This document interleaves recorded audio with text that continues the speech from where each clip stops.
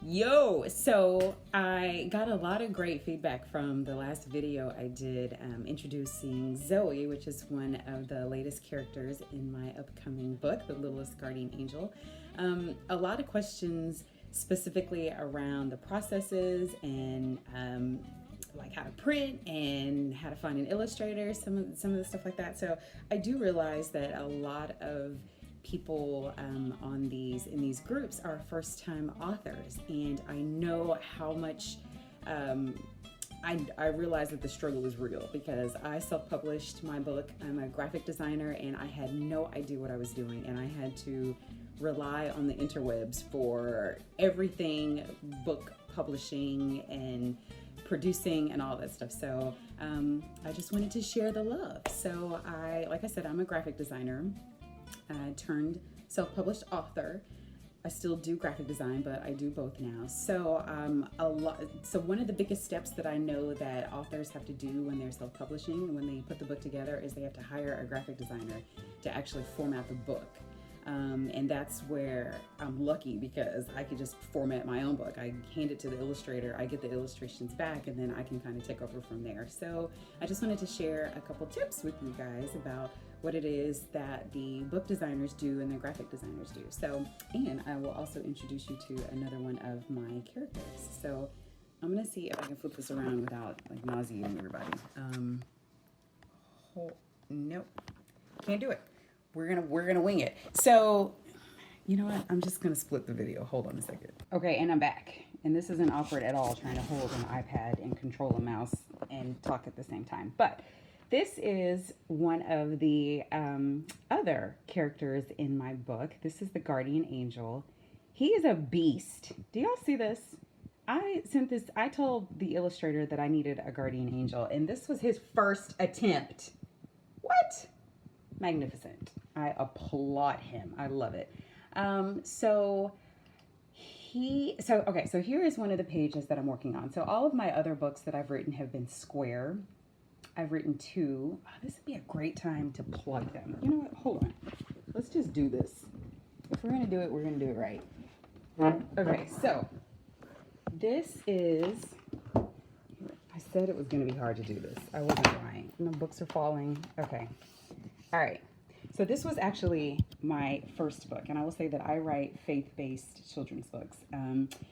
This book is actually a true story. This is my son Cameron, and this looks just like him. It was a different illustrator, but he also was phenomenal in capturing the likeness of my son. So that was the first book.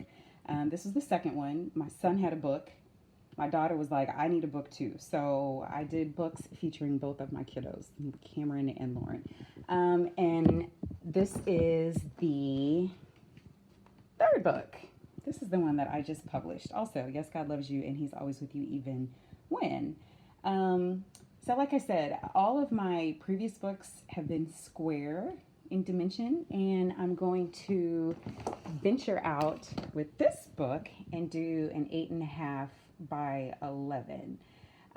So while my illustrator is illustrating these images and the descriptions and the stuff that I sent him, I'm also formatting the book. So one of the things that I have to do, and this is what I sent him because he started illustrating square, and I had to kind of send him this visual to let him know that this is going to be the final layout. So I can't use square illustrations if my book is rectangular or 8.5 by 11, right? So I sent him this.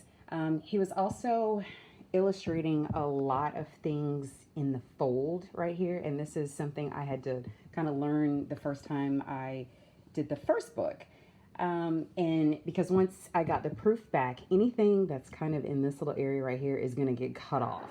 It's just because it's where they bind the book together. So if you have anything important, don't put it in the center right here. And I had to kind of illustrate this for him too, and tell him just to nudge everything over. So these red lines, these are also these are like your safe guides. So when you send your book to the printer, and so for the first two, I had them printed in China and got back great results. So look at this. These pages, it's almost like they printed it. Sorry, I'm looking and not looking through the thing. It's like they printed You hear that? That's quality right there. It's like they printed on cardstock. I did print on demand for this one, their Ingram Spark, and it's not as bulky. In fact, when I first got the book back, I was a little upset because I'm sorry if I'm making you guys nauseous. So you can see through the pages. I was not happy with that, but that's the best they can do, and it's also my foot in the door to like Barnes and Noble and other bookstores. So we're dealing with it until I figure something else out. Something else to consider is full bleed. So on this book, I did not set up the margins properly. I didn't allow for full bleed. So when I exported it, I didn't allow for the printer to make mistakes. So when the book came back, like all of this right here, it just was like, that's what it sounded like in my mind as I was looking at it. It was just, there was a white border where the printer cut the image. I didn't allow for the printer to do full bleed so that the edges of the pages would still have the image and the content. So that's another thing to consider when you're exporting your documents, that you have to, you know what, let me just show you. No, I'm not in Photoshop. Let me see. It's not open. You just have to allow for full bleed, and when you export it, make sure you export it so that it includes that full bleed. So it's not cutting, so it's not sending just this to the printer, it's sending this. And then the printer can make all its stupid mistakes and not ruin your book. In fact, I think this is the one that it did it on. Let me see. Oh, yes. Can you see it? All right, look at that. No one wants that. No one wants to see that. Can y'all see that? That white border. So that's what I'm talking about. If you don't allow for full bleed, it's going to do that. And it's going to make you sad. I think that's it. Let me see. Hold on. So there's my tip. I hope it's helpful. Again, I know the struggle is for real, because I self-published and I had to figure all this stuff out myself.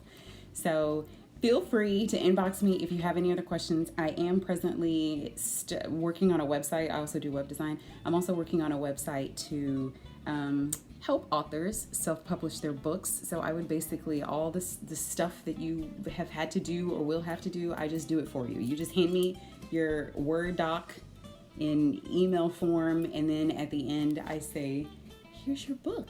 Right, I've partnered with illustrators, copy editors. I'm a graphic designer. I've got great contacts for overseas printing. I know the whole process with Ingram Spark, so I would love to help you. So reach out if you need me. Thanks, bye.